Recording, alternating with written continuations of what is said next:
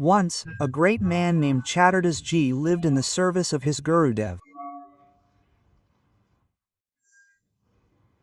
He is very fortunate to be able to serve his Guru. He is very fortunate. We consider those who serve great men like the Rasic Gurudev to be equal to him.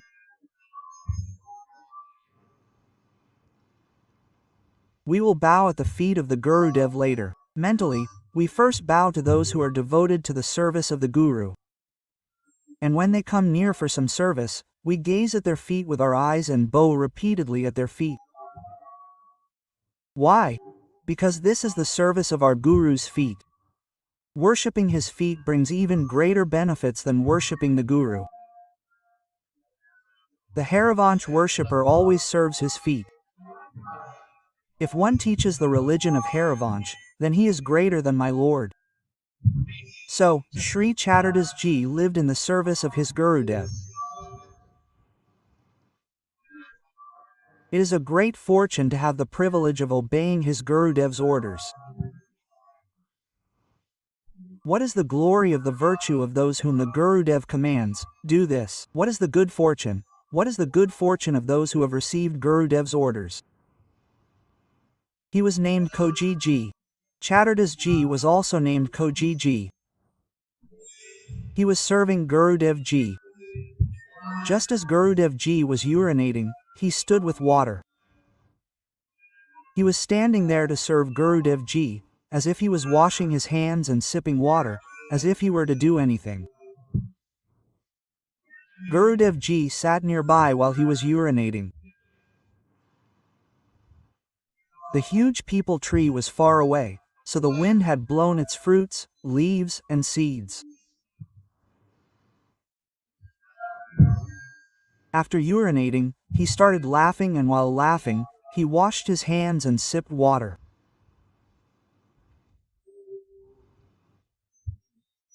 His smile and laughter were so intense that Shri Chatterdas Ji, who was later called Koji Ji, was guiding him to sip water. He asked, Gurudev, did you remember some sweet incident from the Lord or something that happened? You are smiling so much. You are laughing so much. There is no such incident right now. Quote. He asked, what kind of disciple are you? You are always in service. You couldn't understand the reason for my laughter. Why did I laugh? You don't even know this much, and yet you are always in my service. What kind of disciple is he who cannot understand what is in the Guru's mind? Quote, what kind of disciple is he who can't understand the Guru's gestures, his feelings? Leave your service, find out why I laughed.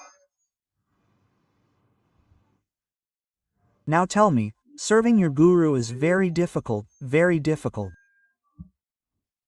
Here, I said, leave your service, tell me why I laughed, find out. Now the Guru has come, your intellect is no longer capable of serving you. If you can't understand why I laughed, the Guru laughed, and the disciple is trapped. You understand how difficult this subject is. Serving a Guru is very difficult. This is the infallible one who wins. Your intellect is devoid of discernment.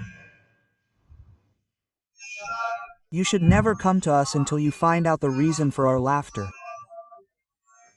Go away from here, from the ashram. When you understand what's in our mind, when you come and tell us the true reason why I laughed, and what I was thinking, then I will take you on. Then I will believe that you are my true disciple and servant. I prostrated myself, as you wish, Gurudev. Now we are going, wherever we meet saints and sages, we bow down humbly and say, our Guru Ji laughed while urinating. What was the reason? Everyone says ask about Gita, ask about Bhagwat, your Guru Ji is of Vedas, then why did you laugh while urinating? How can I explain the meaning of this? Then there would be more ridicule. What answer can anyone give to this question? There was some wise Mahatma. He said if it is a question about Ramayana, Gita, Bhagwat, then I can answer it right now. But how will I know why your Guruji laughed while urinating? How can I answer you? Go and ask this from Guruji only. He said no. Guruji said, until you get the answer, do not come in front of me. Do not show your face. Oh saints, there used to be a long time ago, and every order of theirs contained a big mystery. Now he gets jealous every day that he has been deprived of serving the Guru. He has stopped serving the Guru. A seeker should be deeply pained by the thought of what sin he had committed, what misfortune had befallen him, that he had ceased to serve his Guru. He would agonize day and night, asking saints, but found no solution. He then decided to abandon his body. This is the sign of a devotee of a Guru. What good is his body? The Guru dismissed him from this service. If he couldn't find an answer, what good is his body? He went to a secluded forest and sat down, chanting the divine name. He resolved to leave this body, suffering from hunger and thirst. He would eat nothing, drink nothing. He would chant the divine name day and night, and leave his body. He was on the Guru's orders. His curiosity was intense. He had ceased to serve the Guru. The pain was immense. It had been only a few days. No food, no water, no chanting the divine name day and night, and he resolved to leave his body. His Excellency Shri Kabir Das appeared and said, "Brother, open your eyes." When I opened my eyes, I saw Kabir Das prostrating himself. Yes. What is your question? Why are you enduring so much suffering? Do you understand its meaning? When someone worships God with true devotion, God sends his divine companions to resolve the problem.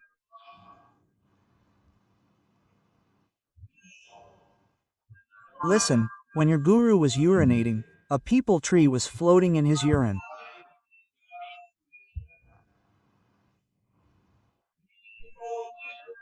Seeing the seed flowing in the urine, the Guru thought, look, this entire peepal tree is hidden in this seed. But when this seed was in the peepal tree, it was so bound and organized. When it separated from the peepal tree, it was swept away in the urine. This means that the peepal tree is the true Brahman, and its essence is the soul. When the soul is separated from Brahman due to ignorance, it flows through the doors of excrement, attached to the body. If it remains connected to Brahman, it becomes revered in Brahman and becomes Brahmamaya. Brahmavid Brahma Bhavati, Kabir Das explained, when one remains connected to Brahman, one remains Brahmamaya. When separated from Brahman, it becomes attached to the body of excrement and wastes its entire life experiencing the pleasures of the excremental organs. When the soul turns away from God, it suffers this fate. Just as the seed of a peepal tree, separated from its fruit, is swept away in the flow of urine and feces. Otherwise, such a great tree is hidden within it that if it is not organized, when the soul turns away from God, it begins to flow through the excremental organs in the flow of existence. How did it enter the womb? It went to the excremental organ, and it went through the urinary organ. How was the soul created? It originated through the urinary organ. Where else is it? When the soul, sheltered by excrement and urine, became separated from the green, then consider the body as its own home. Maya, forgetting its true nature, caused immense suffering due to delusion. Just as the tree is inherently present in the seed and the seed in the tree, similarly, God resides in the entire universe, and the universe in God. The entire world resides in God, and God resides in the world. But when a soul turns away from God, it wanders in the doors of excrement and urine. Oh, this is the mysterious secret of my Guru's laughter. Koji's doubts were dispelled, and he came to Gurudev and prostrated himself before him. His reply was, Gurudev, His Excellency Shri Kabir Das Ji told this and that.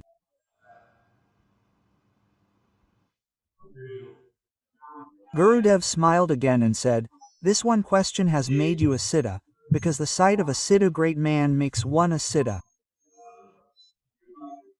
Now, from today, you have become siddha like us.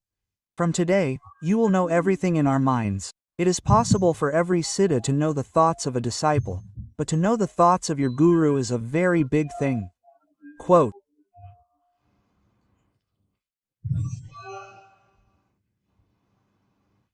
after some time, Koji's guru Hari Bhavna Prabhu Maha body is tied at the time of end. That hour will prove it.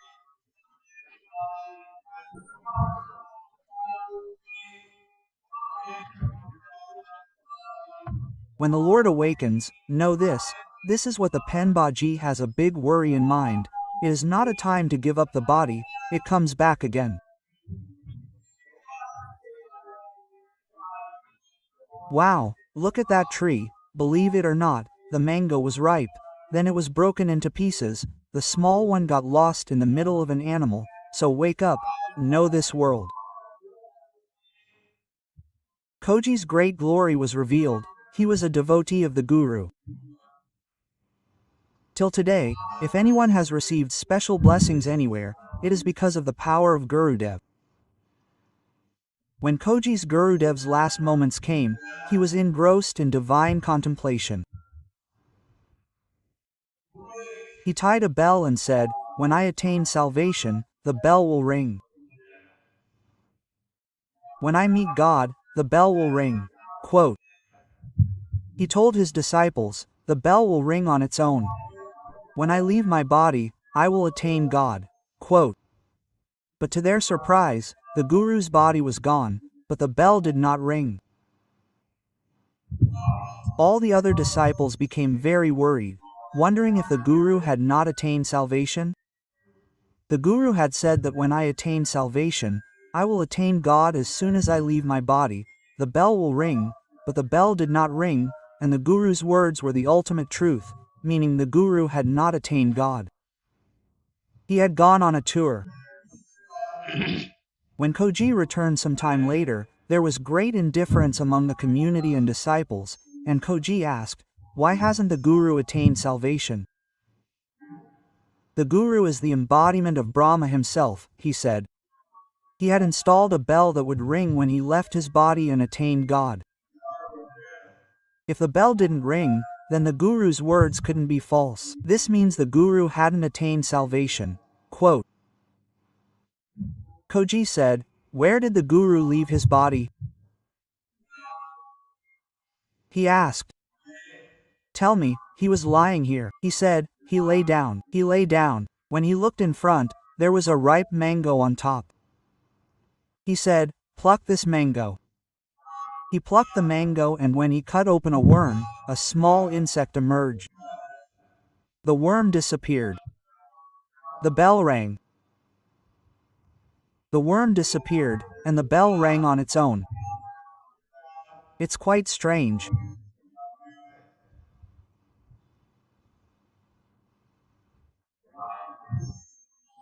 Could such a great man have caused such a difference in his destiny? Quote. He said, yes, I express my feelings.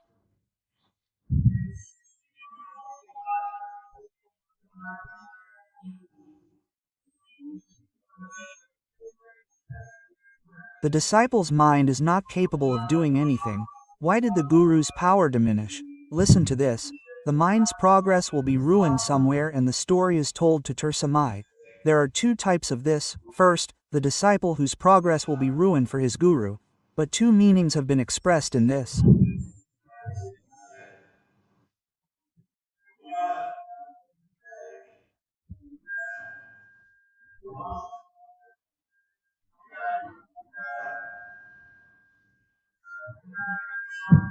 The first one is shown as fickle, Krishna, carelessness, strength, hardship, Tejaham, restraint, mind, wire, good deeds.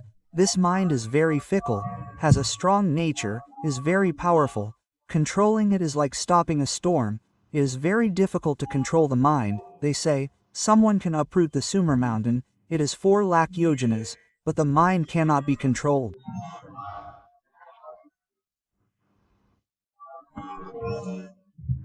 It is such a strong forest. One can catch lightning with hands, but the mind cannot be caught. This mind has a very strange fickleness. Do not take it lightly. So many accomplished great men, and when their last moments were, they saw a ripe mango. The mind went into the ripe mango. It can defecate anywhere. So many accomplished great men, the bell did not ring in the mango.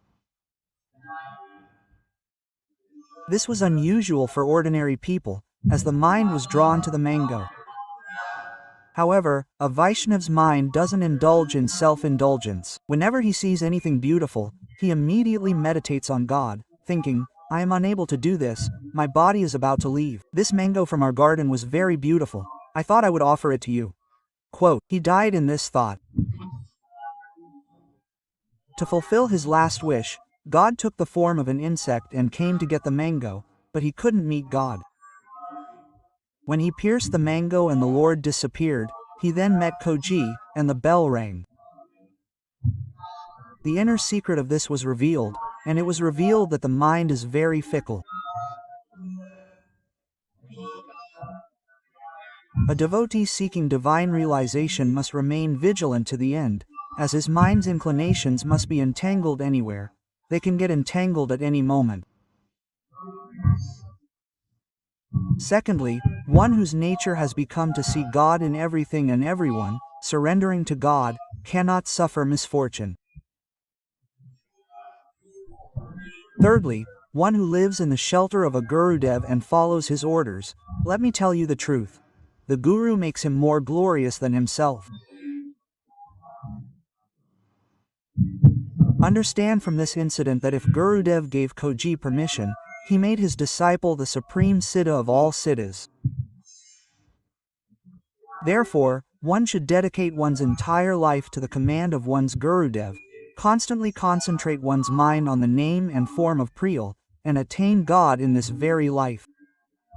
Special discussion ahead on Shri Radha Vallabh.